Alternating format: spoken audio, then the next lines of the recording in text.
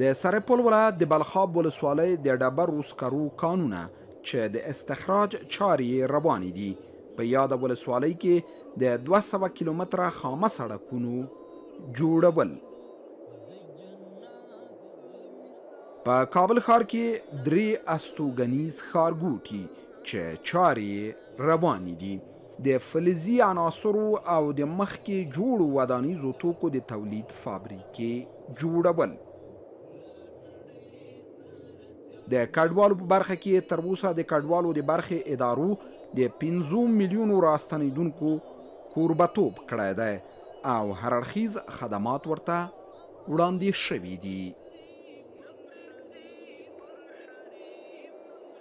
په روان کال کې د اسلامي امارت د سیاسي استازولیو شمیر 40 ته ورسید او د نړۍ په کچه په ګڼو سیاسي مناسبتونو کې برخه اخیستنه د یادونې وړ ده. د پولي سیاست په برخه کې افغانۍ د سیمې په کچه باثباته پولي واحد دی چې لاملونه هم غوره پولي سیاست، د پولي واحدونو د قاچاقو مخنیوی او په راکړه ورکړه کې د افغانیو دودونه شامله ده.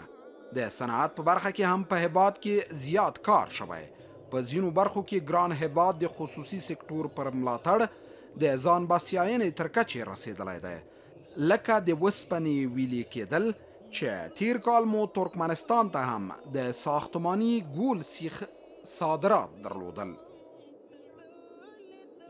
لدی ورهاخوا هیواد د ځینو محصولاتو او خوړو لکه د چرګانو د غوښې په برخه کې پر ځان بسیا شوی دی. دې ته ورته د لسګونو کانونو د استخراج په برخه کې هم کار شوی چې له امله یې په لوړه کچه عواید د دولت خزانې ته ورځي او پاتې دې نه وي چې د همدې کال په درشل کې افغانستان د نفتو را ایستلو د هیوادونو په ډله کې شامل شو.